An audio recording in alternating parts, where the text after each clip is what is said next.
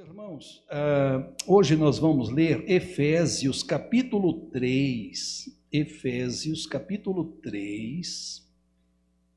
os 13 primeiros versículos de Efésios, no Novo Testamento, capítulo de número 3, do verso 1 até o 13. Forma tranquila, sem atropelos, sem pressa. Os irmãos encontrem o texto. Nós temos uma diversidade de traduções, mas ainda que as palavras sejam diferentes, o conteúdo é o mesmo. Na minha tradução, então, a leitura é a seguinte: Efésios capítulo 3, de 1 a 13. Tá certo? Leio assim: Por esta causa eu, Paulo, sou o prisioneiro de Cristo Jesus, por amor de vós, gentios, se é que tendes ouvido a respeito da dispensação da graça de Deus, a mim confiada para vós outros, pois, segundo uma revelação, me foi dado conhecer o mistério, conforme escrevi há pouco, resumidamente, pelo que, quando ledes, podeis compreender o meu discernimento do mistério de Cristo, o qual em outras gerações não foi dado a conhecer aos filhos dos homens, como agora foi revelado aos seus santos apóstolos e profetas no Espírito, a saber, que os gentios são co-herdeiros, membros do mesmo corpo e co-participantes da promessa em Cristo Jesus por meio do Evangelho, do qual fui constituído ministro conforme o dom da graça de Deus a mim concedida, segundo a força operante do seu poder. A mim, o menor de todos os santos, me foi dada esta graça de pregar aos gentios o evangelho das insondáveis riquezas de Cristo e manifestar qual seja a dispensação do mistério, desde os séculos, oculto em Deus, que criou todas as coisas, para que pela igreja a multiforme sabedoria de Deus se torne conhecida agora dos principados e potestades nos lugares celestiais, segundo o eterno propósito que estabeleceu em Cristo Jesus, nosso Senhor, pelo qual temos ousadia e acesso com confiança mediante a fé nele. Portanto, vos peço que não desfaleçais nas minhas tribulações por vós, pois nisso está a vossa glória. Amém. Amém. Vamos curvar nossas frontes, vamos orar. Senhor nosso Deus e Pai, nós estamos diante da Tua palavra. Muito obrigado, ó Deus, por esta oportunidade de estarmos reunidos neste lugar, nesta hora, e o Senhor está aqui entre nós. Louvamos-te, agradecemos-te por isto. Muito obrigado, ó Deus, pelos irmãos e irmãs aqui presentes. Muito obrigado pelos visitantes. Ó Deus, que a graça do Senhor seja derramada sobre todos nós e sobre todos os que estão à distância também nos assistindo nesta hora. Oramos também agradecidos, ó Deus, por Sabaúna, que Sabaúna possa, neste novo ano, receber o impacto do Evangelho de Cristo Jesus por meio da Tua igreja neste lugar. Usa-nos, ó Deus, para que o Evangelho de Cristo seja proclamado aqui em Sabaúna e que este distrito seja abençoado pelo Senhor. Permaneça conosco, ó Pai, ajuda-nos nesta hora. Nós te pedimos assim, orando no nome de Jesus. Amém. Amém. Meus irmãos, antes eu quero fazer um retrospecto, digamos assim, da vida pregressa de Paulo. A maioria sabe, se não todos, que Paulo, antes de ser o Paulo que nós conhecemos da Bíblia, o nome dele era Saulo, e sempre conhecido como Saulo de Tarso, porque o seu lugar de origem. E Saulo, ele recebeu uma educação formal muito boa.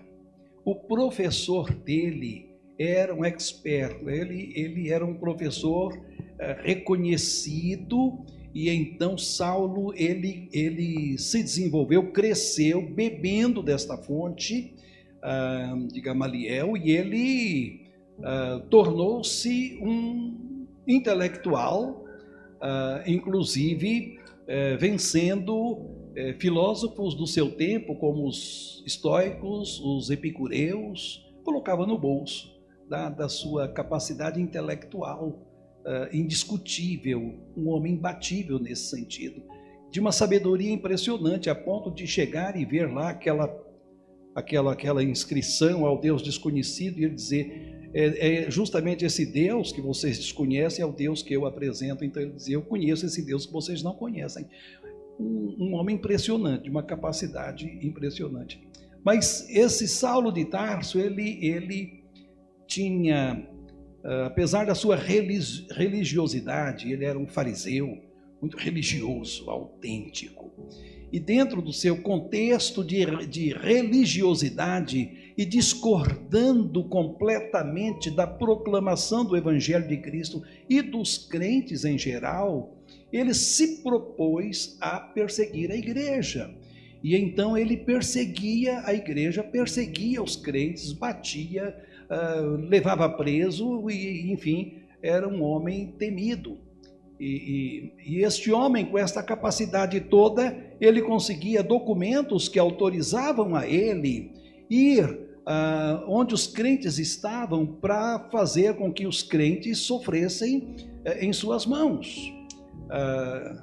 Este homem, Saulo de Tarso, ele respirando ameaças contra os crentes, diz a Bíblia, ele vai para Damasco e de repente ele tem uma experiência com Jesus, um encontro com Jesus.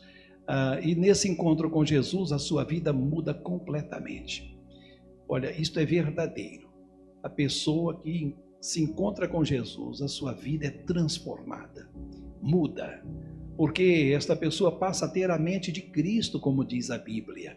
Uma coisa é você ter a sua mente da maneira como tem, enquanto não teve uma experiência de conversão, de salvação, um encontro com Jesus. Mas a partir do momento que este encontro acontece, os valores, eles são mudados completamente.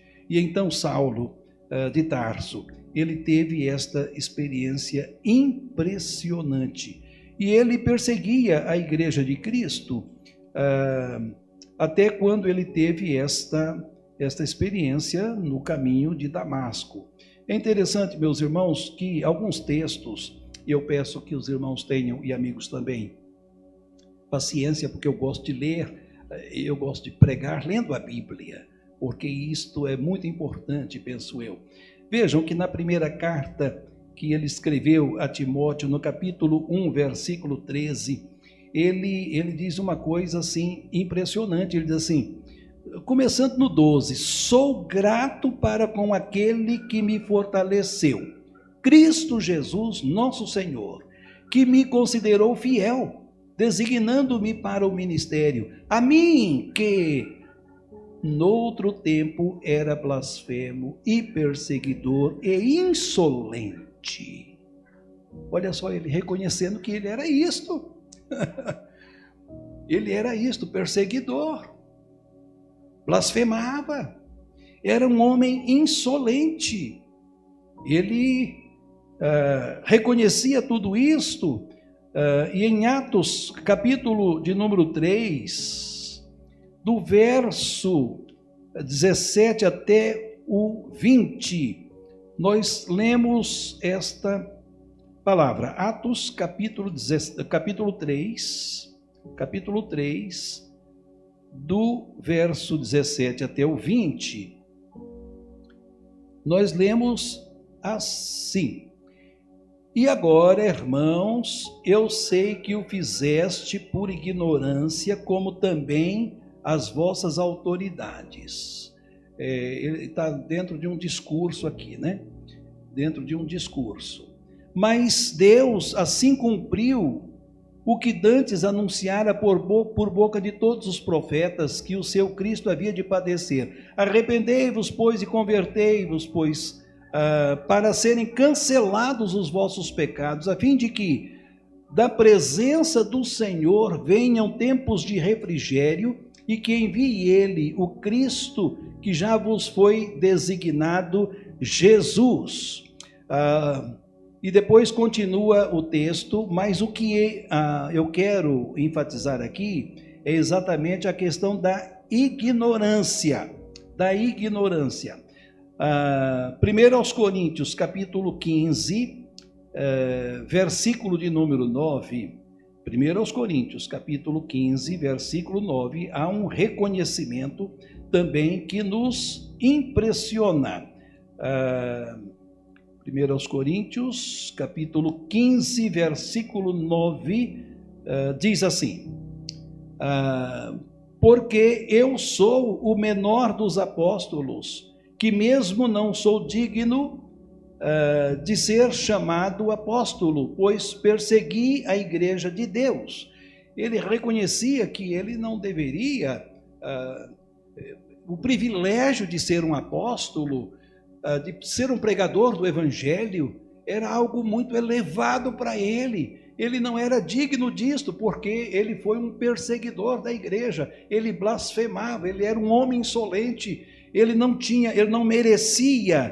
merecia exatamente esta posição. Neste capítulo 3, versículo 8 de Efésios que nós lemos, ele diz: a mim, o menor de todos os santos, me foi dada esta graça de pregar aos gentios o evangelho das insondáveis riquezas de Cristo, a mim o menor.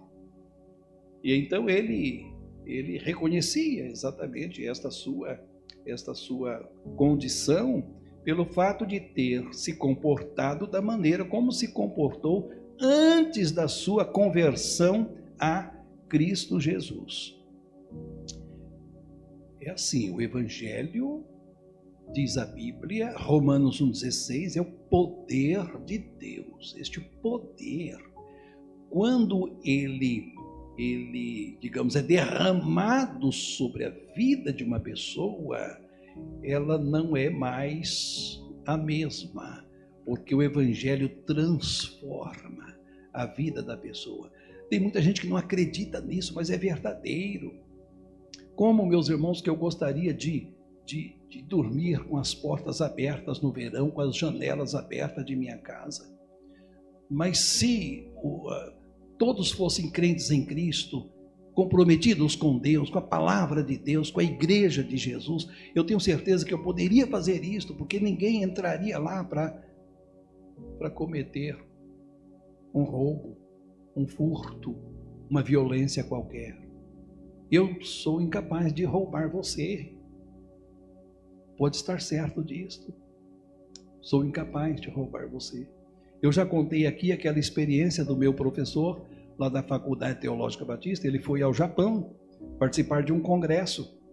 E ele ficou hospedado em uma das casas de um dos membros da igreja batista lá em Tóquio. E ele então disse que quando anoiteceu, o dono da casa o chamou e disse assim para ele: olha, aqui estão as chaves da casa. Estão as chaves da casa. O café será posto, o senhor vai se levantar, vai tomar um café, mas não vai encontrar ninguém aqui, porque todos nós, saímos muito cedo para o trabalho, mas estão aqui as chaves. O senhor pode, quando for, fecha tudo, fica com as chaves, e quando voltar, se não tiver ninguém aqui, o senhor entra, mas estão aqui as chaves. Ele diz que impressionante, impressionante, que confiança. Ele disse: eu nunca tinha visto aquelas pessoas antes, nós não nos conhecíamos, mas quando nós nos encontramos, quando entrei na casa deles, eles eram meus irmãos em Cristo Jesus. Irmãos, sabe o que é ser irmão?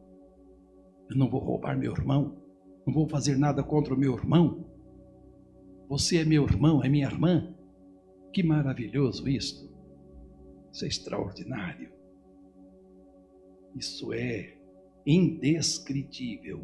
E meus irmãos, o apóstolo Paulo, ele disse uma coisa muito interessante na segunda carta aos Coríntios, capítulo 5, versículo 14.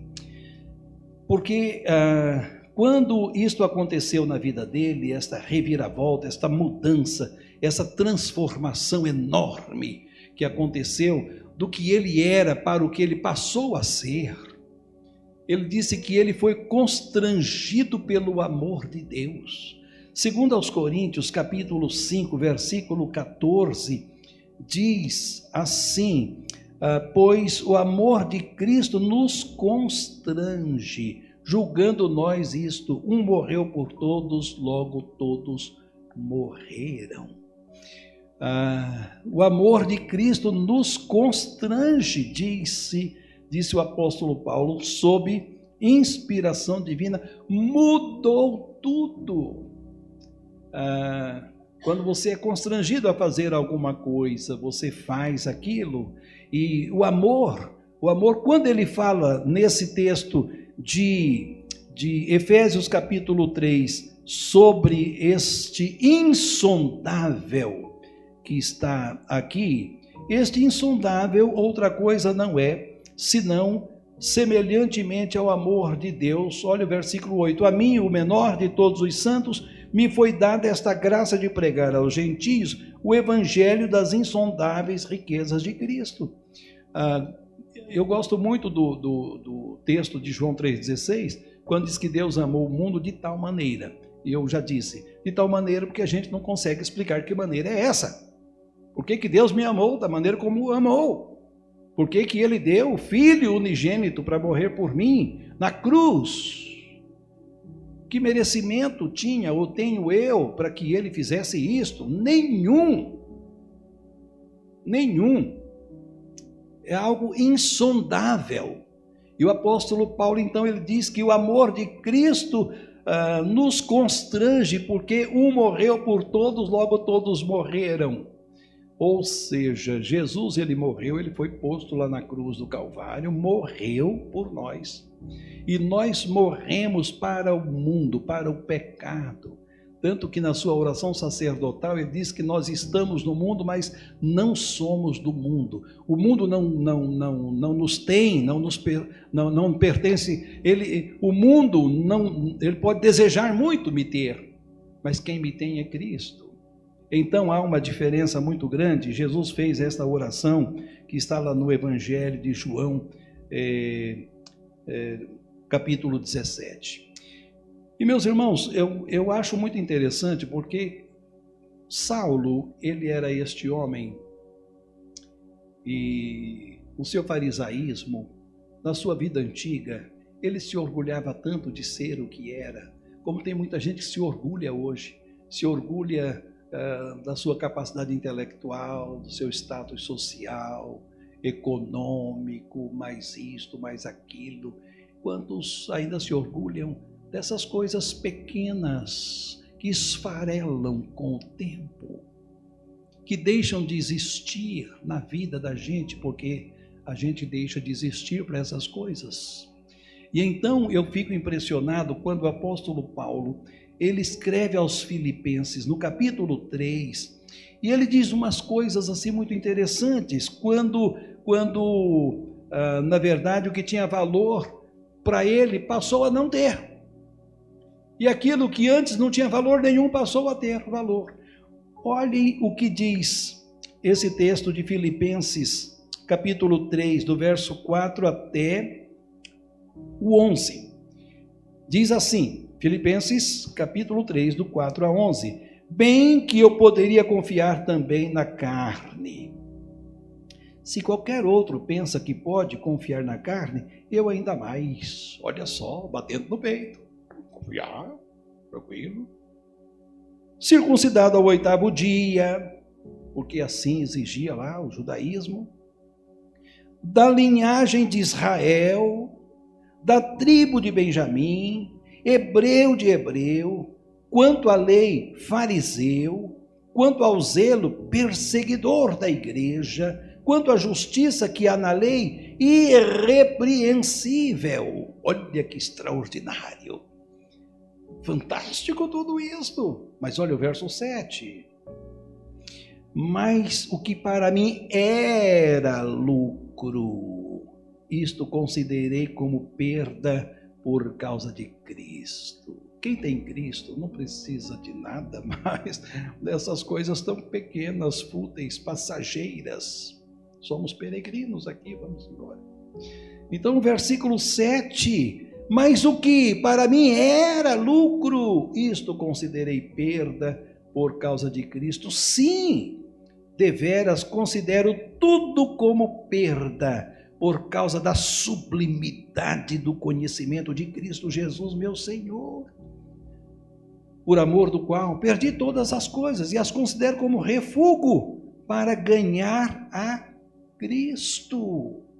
É mais importante, e ser achado nele, não tendo justiça própria que procede de lei, senão a que é mediante a fé em Cristo, a justiça que procede de Deus baseada na fé, para conhecer e o poder da sua ressurreição e a comunhão dos seus sofrimentos, conformando-me com ele na sua morte, para de algum modo alcançar a ressurreição dentre os mortos.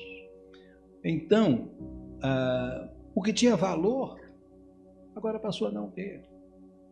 Não é que essas coisas não sejam importantes, é importante você ter a sua capacidade intelectual, né? Sua formação, sua profissão, seus bens, sua família, tudo. Indiscutivelmente, essas coisas são importantes, só que elas não devem ocupar o lugar de Deus. Jesus deve estar em primeiro lugar na vida da pessoa, nas atividades da pessoa. Porque essas coisas não vão te levar para o céu, mas Jesus vai. E é isto que conta. Aqui, tudo passa, né? E então, Paulo, ele entendeu exatamente isto. E então, para ele, Cristo agora é mais importante. E meus irmãos, a partir desse pensamento de Paulo, eu vejo que o ministério de Paulo foi espetacular. O apóstolo Paulo fez diversas viagens missionárias. Apóstolo quer dizer missionário, tá certo? Aquele que sai pregando o evangelho, viaja pregando o evangelho. É um apóstolo. São esses apóstolos que às vezes a gente vê por aí na televisão.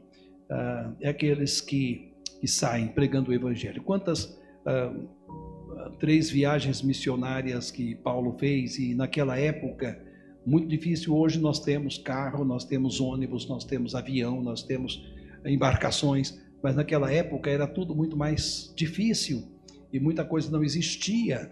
E este homem, ele levou o evangelho a muitas pessoas, centenas, milhares de pessoas, autoridades, reis, nações diferentes. E então, o ministério de Paulo foi um ministério fantástico. Nesse texto aqui de Efésios capítulo 3, alguns versículos, por exemplo, 2. Se é que tendes ouvido a respeito da dispensação da graça de Deus a mim confiada para vós outros. Ele entende que a dispensação, a mordomia, que ele é o mordomo, que é uma graça de Deus que foi confiada a ele para levar o evangelho aos gentios. Porque os judeus achavam que somente eles eram salvos. Porque Jesus, no Evangelho de João, capítulo 1, versos 11 e 12, diz assim que Jesus ele veio para os seus. Quem os seus? Os judeus. E então os judeus achavam que, bem, só que como os judeus estavam vivendo sob a dominação romana, e eles não aguentavam isto, não suportavam isto, era uma humilhação terrível, eles aguardavam um Messias, libertador da vida nacional, da submissão de Roma. E quando Jesus disse que ele não veio para isto, ele veio para libertar as pessoas do jugo do pecado, e não do jugo romano. Então, os judeus rejeitaram Jesus. Ele veio para os que eram seus, os seus não receberam, mas a todos quantos? Gentios. E gentios, quem eram os gentios? Todos os que não eram judeus eram gentios. Nós, por exemplo. Todos quantos receberam, a estes foi dado o poder de se tornarem filhos de Deus. Então, nesse ministério dele, ele vê esta graça de Deus. Verso 3, pois segundo uma revelação me foi dado conhecer um mistério, conforme escrevi há pouco, resumidamente. Então, quando ele vai junto aos demais apóstolos, ele diz assim, olha, eu não aprendi de vocês não. Eu aprendi diretamente de Cristo aquilo que eu estou pregando. Não aprendi de ninguém. Não é porque nós, claro, nós ensinamos uns aos outros, e ele fala que ele recebeu isto diretamente de Cristo. O interessante é que quando este versículo 3 fala desse mistério, esse mistério é o que está no verso 6, a saber, que mistério é este? A saber que os gentios são co-herdeiros, membros do mesmo corpo e co-participantes da promessa em Cristo Jesus por meio do Evangelho. Esse é o mistério da pregação entre os gentios e fazer dos judeus e dos gentios um só povo, sem nenhuma separação. Vamos juntar, e não que os gentios seriam um anexo, digamos, do judaísmo, dos judeus. Não, anexo não. É uma inclusão absoluta. E é isto que Paulo ele está considerando. Versículo 4, pelo que, quando ledes, podeis compreender o meu discernimento do mistério de Cristo. Eu consigo entender este mistério, aceitar este mistério, e abraçar esta tarefa que acabo de receber por graça. E o versículo 6 que eu já li, a saber que os gentios são co-herdeiros, membros do mesmo corpo e coparticipantes da promessa em Cristo, por meio do Evangelho. É o Evangelho que faz isto. Nós pregamos o Evangelho. O Evangelho é Cristo. Nós não pregamos filosofia, psicologia e qualquer outra coisa. Não. Nós pregamos o Evangelho. Eu já disse aqui do púlpito que eu gosto de pregar lendo a Bíblia. Porque você pode contestar a mim, mas contestar a Bíblia, eu penso que você não tem coragem. Não tem coragem. E a Bíblia é a palavra de Deus. Palavra de Deus. Quando lemos a Bíblia, Deus está falando a nós. Assim, quando oramos, nós falamos com Deus. E então, eu gosto de ler a Bíblia. Versículo 7 eu já li, do qual fui constituído ministro. Olhem só como que o ministério de Paulo foi relevante e como que ele foi extraordinário, porque não foi uma conquista pessoal, foi algo que ele recebeu de Deus. Assim como eu, como você, todos nós podemos receber de Deus. Uma coisa que não podemos fazer ou não devemos é aquilo que a gente recebe de Deus, simplesmente não considerarmos, não darmos valor, ignorarmos.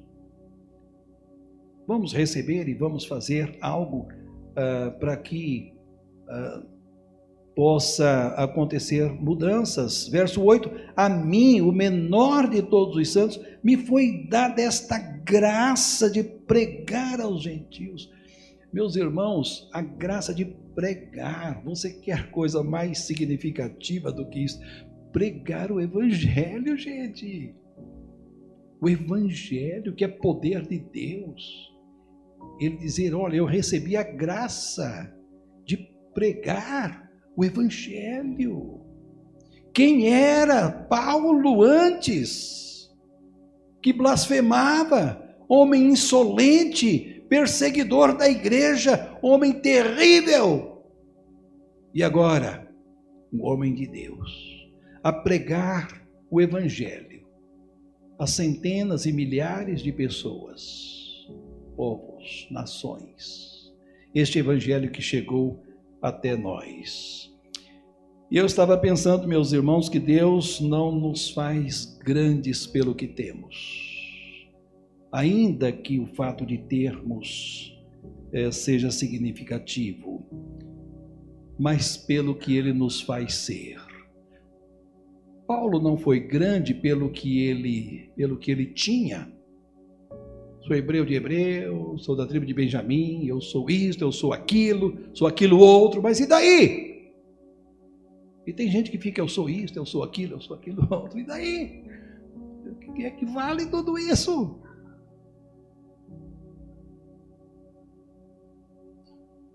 Deus nos faz grandes pelo que Ele nos faz ser.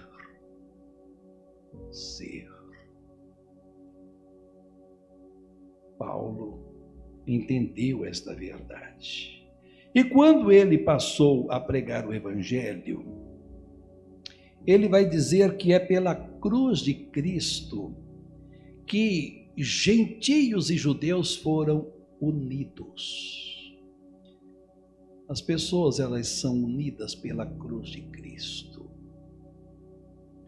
Aqui no capítulo 2 de Efésios, de 11 a 13, está escrito assim: portanto, lembrai-vos de que outrora, lá atrás, vós, gentios na carne, chamados incircuncisão por aqueles que se intitulam circuncisos, que são os judeus, na carne por mãos humanas. Naquele tempo, verso 12, naquele tempo estáveis sem Cristo. Naquele tempo estáveis sem Cristo, separados da comunidade de Israel e estranhos às alianças da promessa, não tendo esperança e sem Deus no mundo. Imagina, vivendo sem esperança e sem Deus no mundo. A nossa esperança é o Evangelho, nossa esperança é Deus, nossa esperança é Jesus. Naquele tempo estáveis, sem Cristo, separados da comunidade de Israel, estranhos às alianças da promessa, não tendo esperança e sem Deus no mundo. Mas, o mais faz toda a diferença, não é? Professora, mas, contudo, entretanto, mas, agora, em Cristo Jesus, vós que antes estáveis longe, fostes aproximados pelo sangue de Cristo. Oh, glória, a cruz. Todas as pessoas que estão longe, sem Jesus, elas estão sem esperança, sem Deus. Claro que se perguntar, todo mundo fala, não, eu creio em Deus, eu creio em Jesus. Não é isso. Crer que Deus existe, que Jesus existe, é mais do que razoável, porque quando a gente olha para o firmamento, por exemplo, quem é que fez isso daí? Não é possível, com essas estrelas, com tudo isso. Que homem fez isso? Que homem, coisa nenhuma. Deus fez tudo.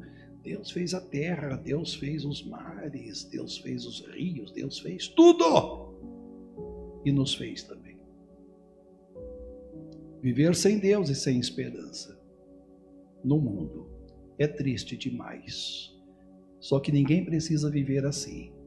Porque a morte de Jesus na cruz do Calvário foi para aproximar, foi para trazer, foi para unir e pelo sangue de Cristo recebermos exatamente isso. No verso 19 aqui, ele diz assim, olha, Assim já não sois estrangeiros e peregrinos, mas concidadãos dos santos, e sois da família de Deus.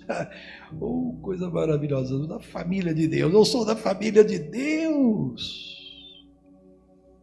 Nós somos da família de Deus. Isso é extraordinário. No capítulo 3, versículo 6, que eu já li, a saber que os gentios são co-herdeiros, membros do mesmo corpo. Esse corpo, a igreja é o corpo de Cristo, e Cristo é a cabeça da igreja. E depois no versículo 10 aqui, nós vamos ler assim: para que pela igreja a multiforme sabedoria de Deus se torne conhecida. Esta multiforme sabedoria de Deus usam diversas figuras. Por exemplo, tem alguns lugares onde a plantação de flores, ou vende flores, há uma multicolorida plantação, vermelho, azul, amarelo, e uma coloração assim. Outros falam, por exemplo, de uma roupa bastante colorida, não é? Tem gente que gosta, né? Anda assim, parecendo uma árvore de Natal, tudo bem colorido, tudo bem bonito assim, né? Nós estamos vivendo esse tempo assim, meio natalino, coisa. Essa multiforme, agora pela igreja, meus irmãos, é pela igreja. Sabe como que o povo aí vai conhecer o evangelho, conhecer a Jesus, entregar a vida a Jesus? É pela igreja. A igreja não pode falhar. A igreja não pode falhar.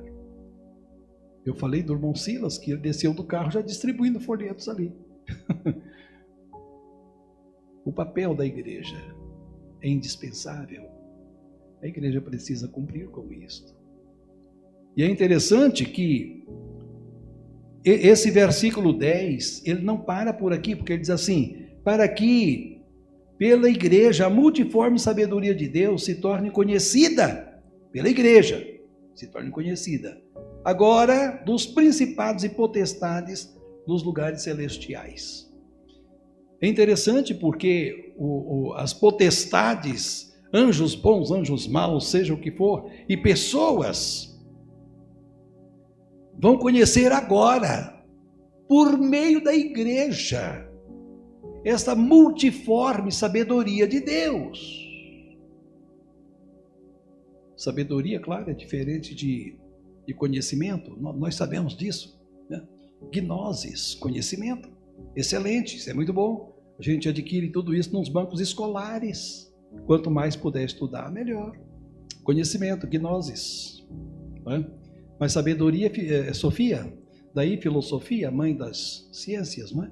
Filosofia, Sofia, sabedoria.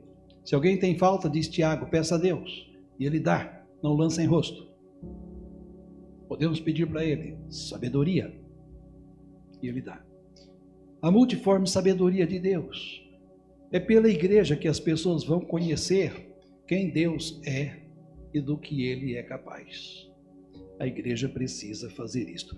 Pela igreja, por meio da igreja. Então, meus irmãos, resumindo, vida pregressa desse homem. Pelos seus títulos, por sua capacidade, com toda certeza, havia uma cadeira reservada para ele no Sinédrio, que era o STF. Por que eu falei isso? Dos judeus. Porque o Sinédrio era só de saduceus. Mas depois passou a ser também os fariseus. E lá estavam os saduceus e fariseus. Saulo de Tarso era candidato número 1 a uma das cadeiras e ocuparia ali com toda certeza, junto com os outros 69 integrantes do Sinédrio. E ele viveu assim, como este homem insolente, blasfemo, perseguidor da igreja, mas um dia teve um encontro com Cristo. E tudo aquilo que antes ele valorizava era muito importante, relevante, significativo, ele considerou como perda, pela glória de ter a Cristo, a salvação. Isto, disse ele, é extremamente melhor, mais importante. E ele foi constrangido pelo amor de Deus, o amor de Deus. Deus amou o mundo, amou a mim, amou a você, amou a todos, de tal maneira, coisa insondável, e deu seu Filho. Ele foi constrangido então pelo amor de Deus. E aí ele passou a exercer um ministério espetacular, como um dos missionários de maior relevância de todos os tempos, para as condições que ele possuía naquela ocasião. E então Deus não o fez grande pelo que ele era, mas Deus o fez grande para fazer dele este ser, este vaso de bênçãos, levando o evangelho a muitas pessoas, dezenas, centenas e milhares de pessoas encontraram Jesus pela pregação deste homem, que antes foi o que foi, e agora pela igreja. As pessoas precisam conhecer a multiforme sabedoria de Deus. Estamos dispostos? Vamos abraçar esta causa ou não vamos? Que Deus nos ajude.